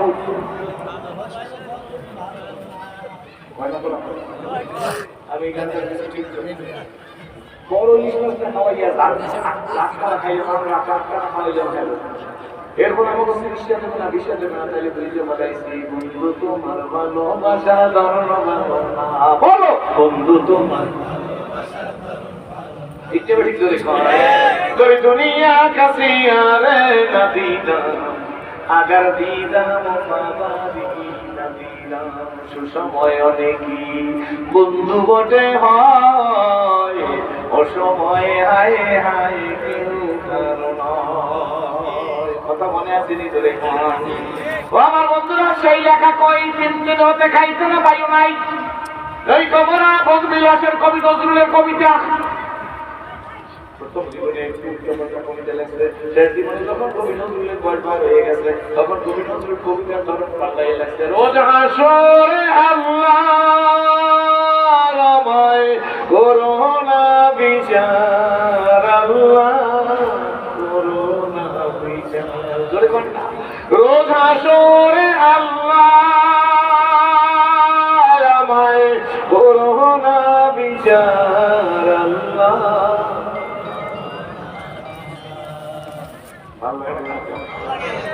মসজিদের কিনারে আমায় কবর দিও ভাই সেটাই যেন মুয়াজ্জিনের আযান শুনতে পাই মসজিদের কিনারে আমায় কবর দিও ভাই সেটাই যেন মুয়াজ্জিনের আযান শুনতে পাই আমার ভাই ওই রাস্তা দিয়ে হাঁটে মনে আছে তো কথাটা নবী রাস্তা দিয়ে হাঁটে বুড়ি কাটা দেয় আমি অন্যান্য ধর্মাবলম্বী ভাইদেরকে বলবো মাত্র আইলের সম্মেলন 3 দিন ব্যাপী আজকে আখিরি মনে যাবে অন্য দাদা ভাইদেরকে বলবো welcome not welcome but most welcome স্টেজে এসে বসেন আমরা কারো ধর্মীয় অনুভূতিতে আঘাত দিয়ে কথা বলি না বরঞ্চ 5 তারিখের পরে মন্দিরগুলো আমরা পাহারা দিচ্ছি কি বলেন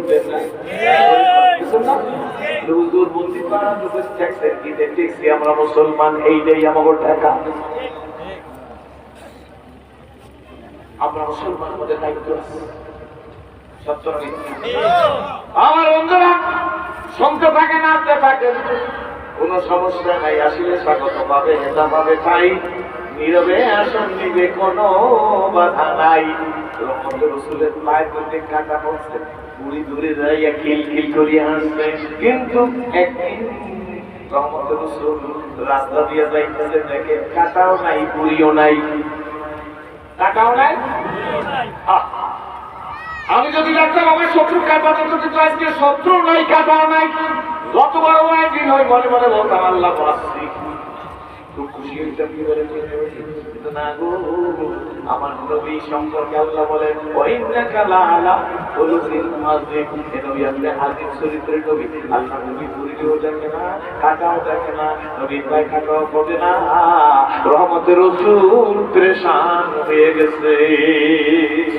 আল্লাহ নবী দেখে কেন কেন কেন নাই বুড়ি, কেন নাই কাকা, রহমতের রাসূল ছোট ছোট পা দিয়ে বুড়ির বাড়ি চলে গেছে। বুড়ির বাড়ি গিয়া বুড়ির বাড়ির আঙিনায় দাঁড়াইয়ে দেখে বুড়ির গায়ে জ্বর, বুড়ি জ্বরে কাঁপতেছে। আমার নবীর রহমতের ছবি নিজে মস্ক বলে পানি আইনা বুড়ির মাথায় দিয়া বুড়িকে সুস্থ করতেছে। আমার সোনামণিরা, ওই নবীর আমরা উম্মত জোরে বলেন আলহামদুলিল্লাহ। আল্লাহ তাআলা বলেন একদিন দুপুরবেলা রহমতের রাসূল আমার বাড়ির মধ্যে ঢুকছেন। রহমতের রাসূলকে আমি এই চৌধুরীর দিকে তাকাই আছে, আমি নবীজির তাকায় দিই, চেহারার দিকে তাকাইয়ে দেখি নবীজির কপাল বেয়ে গাল বেয়ে পানি পড়তেছে। নবীজির শরীরে যে জামাটা, এই জামাটা টুকটুকে ভিজা, নিংড়াইলে জামার থেকে পানি বের হইতে ছোট ছোট করি এমন পরিমাণ ভিজা। আল্লাহ নবী ডাক দেখা যাবে আমাকে একটু শুইতে দাও। আল্লাহ নবী মনে প্রেশার নিয়ে গেছে। হযরত জাবের বলেন আমি বিছানা রেডি করিয়া রহমতের রাসূলকে শোয়াইয়ে দিছি। আল্লাহ নবী শুইয়া চোখটারে বন্ধ করছে। আমি জাবের আমার নিজের কাজে গেছি, অথবা রাসূলের মেহমানদারি করার জন্য কিছু খানার জন্য গেছি।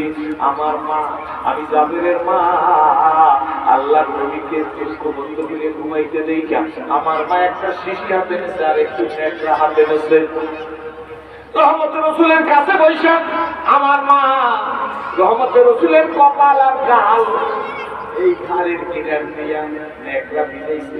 কিসের ঘাম? আমার মায় এই ঘামগুলা ন্যাকড়া ভিজাইবা ফুটা ভিজাইয়া মায় শিশির মধ্যে টিপ টিপ করিয়া সাপ দিয়া নিউজাইয়া শিশির মধ্যে নদীর ঘাম সংরক্ষণ করতেছে। হঠাৎ করে নদীর চোখ খুলে কয়ে যাবে রে মা কি করো? জোরে কোন সুবহানাল্লাহ। নবী আমার ডাক দেখা যাবে রে মা, ও যাবে রে মা তুমি কি করো? আমার মা আমার নবীর দিকে তাকায় কয় নবী গো, বাসায় ওর একটু আগুন আছে, ঘেরা বেশি ভালো না। আমার তো আগুন আছে, শিশির মধ্যে ঘেরা বেশি ভালো না। নবী গো, আপনার শরীরের এই পসিনা ঘাম আমি এই শিশির মধ্যে নিয়ে এসেছি, নিয়েছি, এর মধ্যে রাখছি, এই দেখেন এই পরিমাণ ঘাম আমি পাইছি। আপনার শরীর শীঘ্রই শীঘ্রই বেশি। নবী গো, আমার ঘরে ওই যে শুধু বেশি ভালো না, ওইটার সাথে এই ঘাম দিয়ে মিলাইয়ে দিলে আমার ঘরের আতরের সুগ্রাণ বহু গুণে বেড়ে যাবে।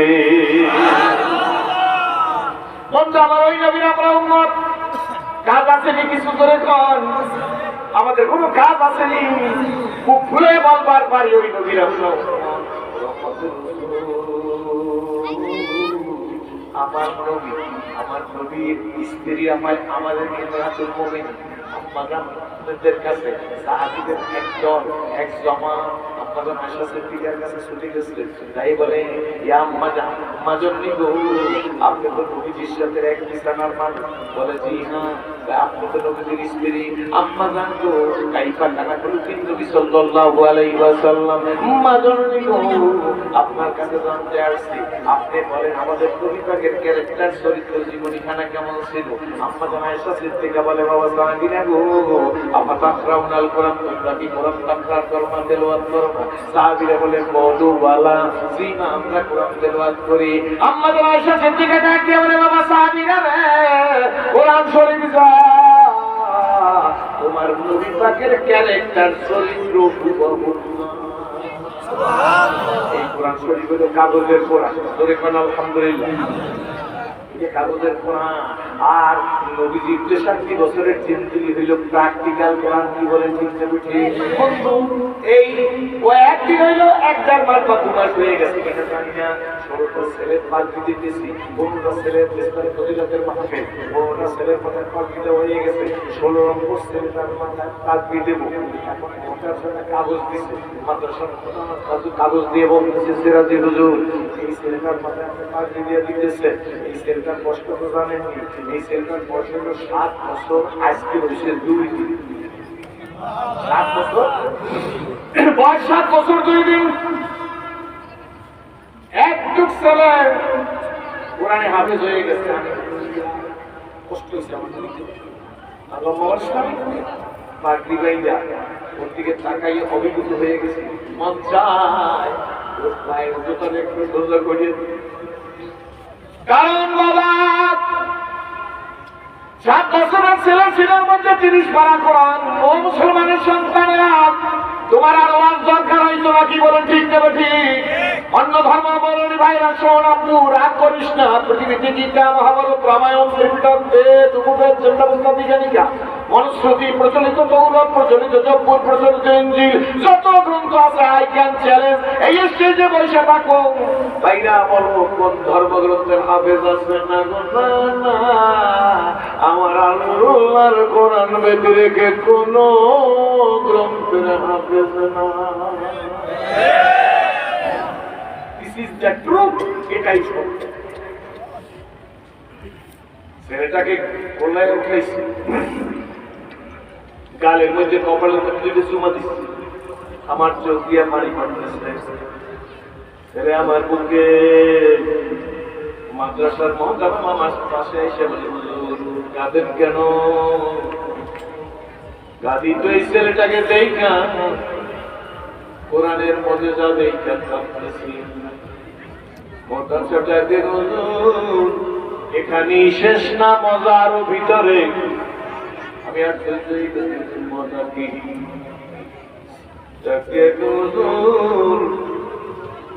শুইনারাই কাঁদেন, এই ছেলেটার মাও নাই বাবা।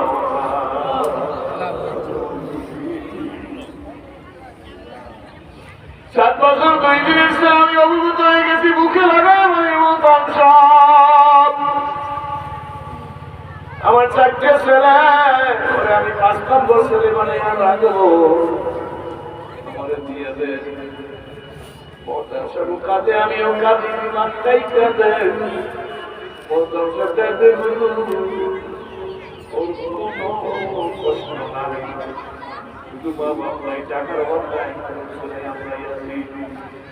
যদি কিছুর প্রয়োজন মনে করি আপনারে খোঁজ করবো, না হয় আপনার কাছে দিয়ে আসবো।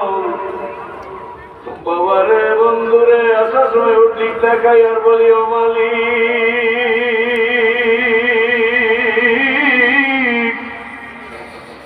তোমার মতো মালিক কি আর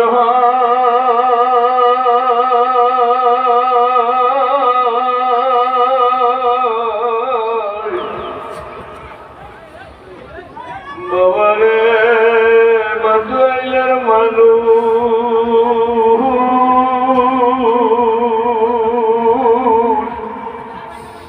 ও মাদুয়াইলার মায়েরা বোনেরা,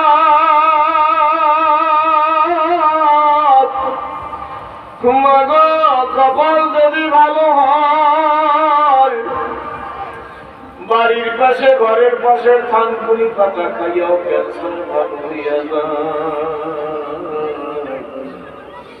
আর বাজার কপাল যদি খারাপ হয়, মাত্রা সিঙ্গাপুর নিয়ে গেল,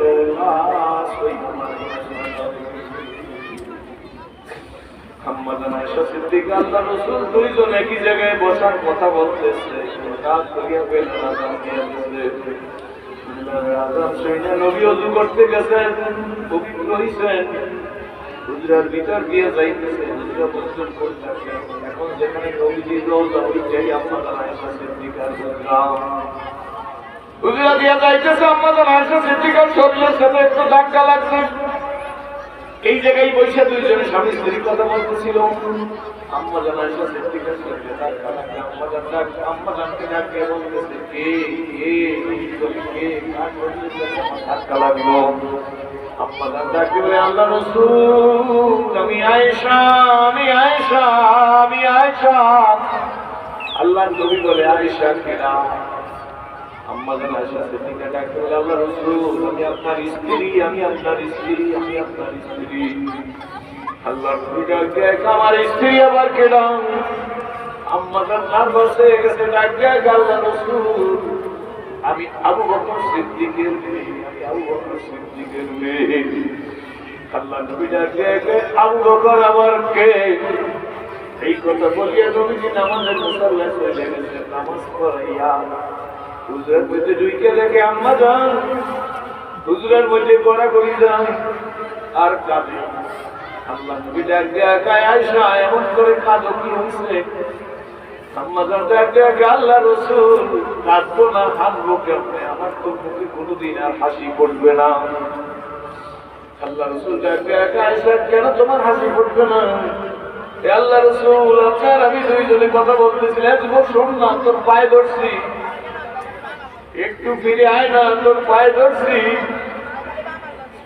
বাবা তোর কি মায়া লাগে না? তুই মুসলমানের ঘরে হইছিল, মসজিদে আযম মাতাইলের কবরস্থান নেই, কেউ কি তোর মনে ভয় হয় না?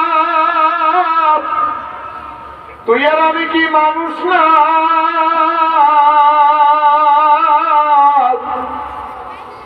আম্মা জান বলে, আল্লাহ রাসূল জীবনে কান্না শুরু হয়েছে, আর মনে হয় আয়েশা জীবনে হাসবে না। আল্লাহ নবী ডাক দিয়া কয়, কেন কেন কেন আয়েশা, তোমাকে আমি কষ্ট দিলাম কি দিয়া? আম্মা জান আয়েশা সিদ্দিকা ডাক দিয়ে বলে, আল্লাহ রাসূল দুইজনে তো এক জায়গায় দাঁড়িয়ে কথা বলতেছিলাম, বেলাল আযান দিতে আপনি পবিত্র হইতে আপনি করতে গেছেন, আমি আয়েশার কথা দেখছেন, আমি আয়েশার শরীরের সাথে ধাক্কা লাগছে, আপনি জিজ্ঞেস করতেছেন কে কার শরীরের সাথে ধাক্কা লাগলো? আমি বললাম আমি আয়েশা, আমি আয়েশা, আমি আয়েশা। আপনি বললেন আয়েশাকে, নবীজি আপনি কি আয়েশার স্ত্রীর দাও? আল্লাহ নবী। এরপর আমি বললাম আমি আপনার স্ত্রী। আপনি বলেন আমার স্ত্রী আমার কেডা? তাহলে আপনার স্ত্রী যদি কেউ না, আমি আয়েশা বুঝি আপনার স্ত্রী না, আপনি আমাকে চেনেন না, আয়েশাকে চেনেন না, স্ত্রীকে চেনেন না, আমার কোনো দুঃখ নাই নবী গো। আমি বলছি আবু বকর সিদ্দিকের মেয়ে। আপনি বললেন আবু বকর আমার কে? আমার বাবা আবু বকর আপনার শ্বশুর, আমার বাবা আবু বকর আপনার গাড়ির সাথী, আপনার শ্বশুর আপনার গাড়ির সাথী, আপনার বন্ধু। আজকে আবু বকরকে চেনেন না, আয়েশাকে আবু বকরকে চেনেন না, গাড়ির সাথীকে চেনেন না। ইয়া আল্লাহ রাসূল দুনিয়ায় যদি আয়েশার না চেনেন, আপনার স্ত্রীকে না চেনেন, দুঃখ নাই। কিন্তু বাবার কাছে শুনছি হিজরতের ইশারা দেওয়ার পরে বাবা মালিশের মাথা লাগায় নাই। আমার সেই বাবার পায়ে সাপে দংশন করছে, কিন্তু বাবা পা সরায় নাই। আল্লাহ রাসূল বাবার সামনে বসে আপনাকে পিছে বসাইয়া আমার বাবা গেছে, লোকেরা জিজ্ঞেস করছে আবু বকর আপনার সাথে কে? আল্লাহ রাসূল আমার বাবা বলছে ইনি আমার রাহবার। লোকেরা যদি মনে করে পথ প্রদর্শক, নবীকে চিনতে না পারে। সেই নবী আপনি আমারে চিনেন না, দুঃখ নাই। আয়েশারে চিনেন না, দুঃখ নাই। স্ত্রীরে চিনেন না, দুঃখ নাই। কিন্তু আমার আব্বা আবু বকরকে চিনেন না, আল্লাহ রাসূল। তাহলে কিয়ামতের ময়দানে আমার কি উপায় হইবে গো নবীজি? বলার সঙ্গে সঙ্গে আল্লাহ নবী ডাক দিয়া আয়েশা কেঁদো না, আমি নিষ্ঠুর নবী না, আমি আমার আয়েশাকে চিনি না তা না, আমি আমার স্ত্রীকে চিনি না তা হয় না। আয়েশা আমি আমার শ্বশুর আবু বকর সিদ্দিককে চিনি না তা না।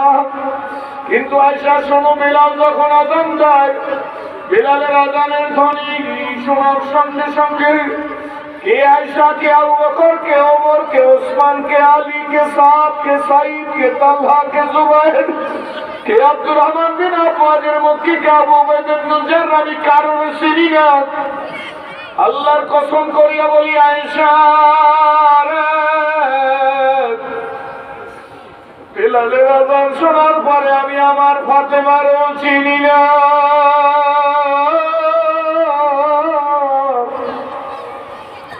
আমি আমার হাসান হোসেনকেও চিনি না রে আয়েশা।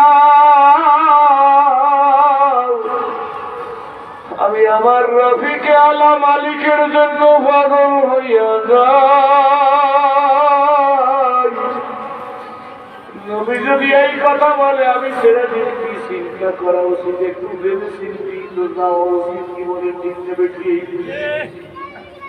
শেষ নাম্বার আয়েশা সিদ্দিকা বসা আম্মাজান আয়েশা সিদ্দিকা করেছেন যে নবীজির মাথা নবীজি একটু ঘুম গেছেন, চক্ষু দুইটা বন্ধ করছেন।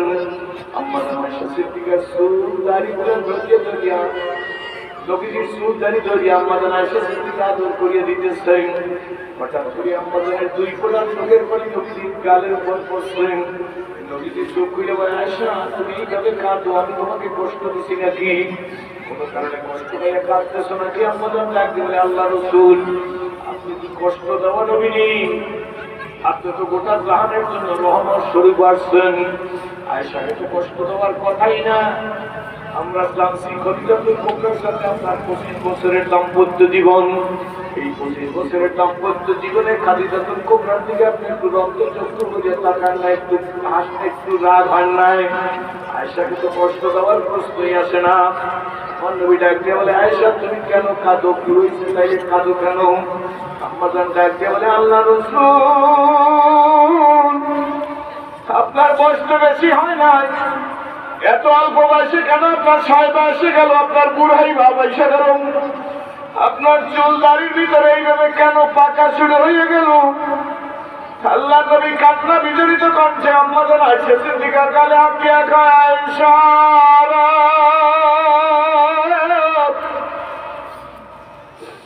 সাহেবে মাইকে আমি বুড়া হই নাই, ওদের রাত ভাঙছে তাতে আমি বুড়া হই নাই, লোহার হেলমেট মাথায় ঢুকছে তাই সেই কষ্ট আমি বুড়া হই নাই, ওদের বাংলা জাতের কথা স্মরণ করি আমি বুড়া হই নাই, লোহার হেলমেট মাথায় ঢুকছে তা তো আমি বুড়া হই নাই, গিরিশঙ্কর সেভাবে আবু তালেবের জেল খাচ্ছে তাতেও আমি বুড়া হই নাই, মন্ত্রী যাইকে আমি বুড়া হই নাই। আম্মাজান ডাক দিয়ে বলে, কেন কেন কেন নবী আপনি তাইলে 60 বয়সে গেল, বুড়াই বাবা এসে গেল, চুলদারির মধ্যে পাকা দেখা যাইতেছে। আল্লাহ নবী কাঁদে আর বলে, আয়েশা তায়েফের কষ্ট, উহুদের কষ্টে বুড়া হই নাই, গিরিশঙ্করে কষ্ট পাইয়া বুড়া হই নাই, বরং আয়েশা কুরআন শরীফের বিভিন্ন আয়াতের মধ্যে আল্লাহ রাব্বুল আলামিন যেইভাবে জাহান্নামের বয়ান করছেন, এই জাহান্নামের চিন্তায় আমি রাসূলুল্লাহ বুড়া হয়ে গেছি। মাতুয়াইলের মায়েরা রে, মাতুয়াইলের বোনেরা, মাতুয়াইলের মেয়েরা রে, নবীর ডানে, নবীর বামে, নবীর সামনে, নবীর পিছে, নবীর উপরে, নবীর নিচে কোনো গুনাহ নাই। ওই নবী যদি বলে, আয়েশা জাহান্নামের চিন্তায় আমি রাসূলুল্লাহ হয়ে গেছি, আপনি আমি হিসাব করে কবরে যাওয়া লাগবে, আমার কি করা উচিত ছিল? কি বলেন ঠিক না বেশি? এই জন্য আপুরে আসেন, লম্বা কথা বলতে চাই না, আল্লাহ রাসূলের সিনা পর্যন্ত জামা খুলে নিয়ে আসলেন। আম্মা সাহেবানিরা রাসূলের শরীরে জয়তুনের তেল মালিশ করিয়ে দিবে, সিনা পর্যন্ত জামা খুলাই নাই, একটা ডাক দিয়েছে, আল্লাহ রাসূল এত বসন্তের দাগ কেন আপনার শরীরের মধ্যে? কোন বয়সে আপনার বসন্তের রোগ হয়েছিল? আল্লাহ নবী ডাকে একাই, বিবিরা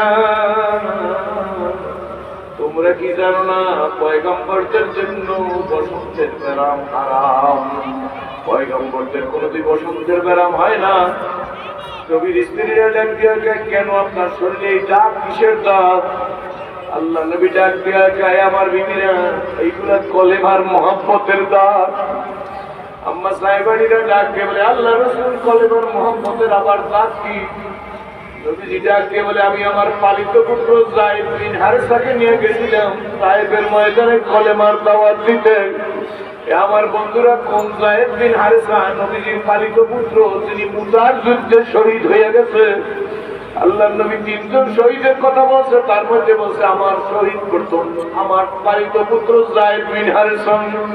আল্লাহর নবী বলেন এই যায়েদ বিন হারেসাকে নিয়ে তায়েফে দাওয়াত দিতে গেছি, দাওয়াত তো কবুল করেই নাই কায়েমি শান্তবাদীরা তাগুতেরা, বরঞ্চ ছোট্ট ছোট্ট ছোট্ট ছেলেদের হাতের মধ্যে পাথরের কুশি, তারা তো কুশি দিয়ে আমাকে দেখাইতেছে মদিনার ওই পাগলের গায়ে পাথর মারো। আল্লাহর নবী বলেন ছোট্ট ছোট্ট ছেলেরা দৌড়ে আসছে আমার দিকে পাথর মারার জন্য। যায়েদ বিন হারেসা দাঁড়াই বলে ছেলেরা কার গায়ে পাথর মারবি? আমার যায়েদকে ধাক্কা দিয়ে ফেলে দিয়ে বল যায়েদ তুমি সরে যাও, তোমার গায়ে পাথর মারতে বলে না আমাদের লিডাররা, বরঞ্চ মদিনার ওই পাগলের গায়ে পাথর মারতে বলছে। আল্লাহ নবী ডাক দিয়ে বলে যায়েদকে সরাই দিয়ে আমার গায়ে বৃষ্টির মতো পাথর মারছে। একবার দুইবার বেউস হই না, শেষবার যখন বেউস হয়ে গেছি যায়েদ আমাকে কোলে করে একটা আঙ্গুরের বাগানে নিয়ে গেছে। আঙ্গুরের বাগানের মধ্যে শোয়াইয়া যায়েদের নখ দিয়ে আমার শরীরের গোস্তের মধ্যে যে পাথরের কুশিগুলা ঢুকছে, এই পাথরের কুশিগুলা টাইটা টাইটা বের করতেছে, আমার হুঁশ নাই।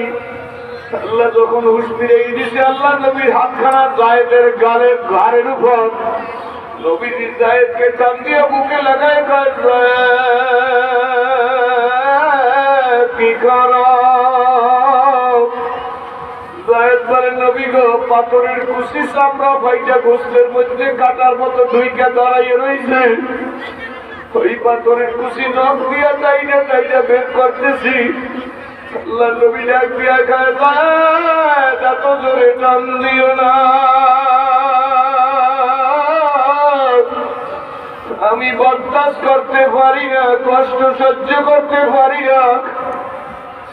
আল্লাহ নবী ডাক দিয়া বলে আবার বিবিরা ওই দাগ ঘুষে গেছে কিন্তু ওই ঘা ঘুষে গেছে কিন্তু দাগ ঘষে না, এই দাগগুলো হইল আমার পরিবার মহব্বতের দাগ। গোরেস্তানের আম্মুরা আল্লাহর সিংহা কবরে যাইও, মাতুয়াইল গোরেস্তানের মাহফিলের যুবকরা মুরব্বীরা বাবার মতো ডাইকে গেলাম, পর্দালের মায়েদের মায়ের মতো বইলে গেলাম, মেয়েদের মেয়েদের মতো মেয়ের মতো স্নেহ করিয়ে গেলাম। যুবক সোনামণি সব তোমাদের কপাল ভালো, কি বলেন ঠিক নেবে ঠিক?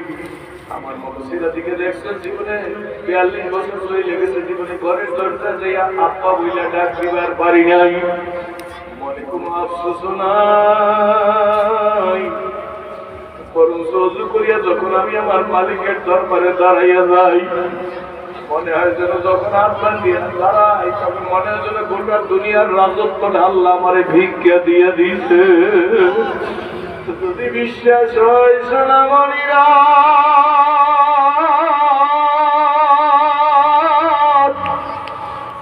যদি কারো চোখে পানি আইসা থাকে আমি মুরব্বীদের বলবো না, কোন কোন যুবক তারাই ওয়াদা দেওয়াতে রাজি হুজুর? গোরেস্তান কাছে 300 বছরের গোরেস্তান, এই গোরেস্তানের মাহফিলের প্যান্ডেলে দাঁড়াইয়া বলতেছি জীবনকে আর কলঙ্কিত করবো না, নেশা ধরবো না, ইচ্ছাকৃত নামাজ ছাড়বো না। এমন যুবক কারা দাঁড়াই একটু দেখাও না, কোন কোন যুবক দাঁড়াই ওয়াদা দিতে পারবি? বন্ধু দাঁড়া একটু দেখতে চাই কোন কোন যুবক আমার মালিককে রাজি করার জন্য তৈরি আছো। আল্লাহ আপনারা দোয়া করেন মুরব্বীরা, আল্লাহ আমার যুবকদের তুমি কবুল করিয়া নাও, এই সোনামণিদের খালেদ বিন ওলীদের মতো কবুল করিয়া দাও। আলহামদুলিল্লাহ বলে বৈশা বড় এমন জীবন তুমি করিও গঠন,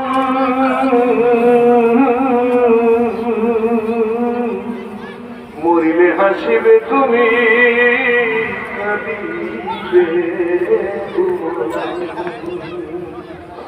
এসেছিলে যেদিন কেটেছিলে তুমি এসেছিলে সবে, আমার এমন জীবন তুমি করো হে গঠন, মরিলে হাসিবে তুমি কাঁদিবে ভুবন। সম্মানিত একরাম কিছু বসে রয়েছে, ওনাদের কাছে দোয়া চাই। সেই সমস্ত যুবকরা যারাই ওয়াদা দিয়ে বলছে আর জীবনে ধ্বংসের দিকে যাব না, আর জীবনে নেশার দিকে যাব না, আর জীবনে আল্লাহর কোরআন ছাড়বো না। ঠিক থাকবে, ঠিক থাকবে, ঠিক থাকবে। যদি ঠিক থাকে ওনাদের জন্য দোয়া করেন, আমার জন্য দোয়া করেন, সম্মেলন কমিটির জন্য দোয়া করেন, গোরস্থান কমিটির জন্য দোয়া করেন। দুনিয়ার ঘরে আগুন লাগলে হবে,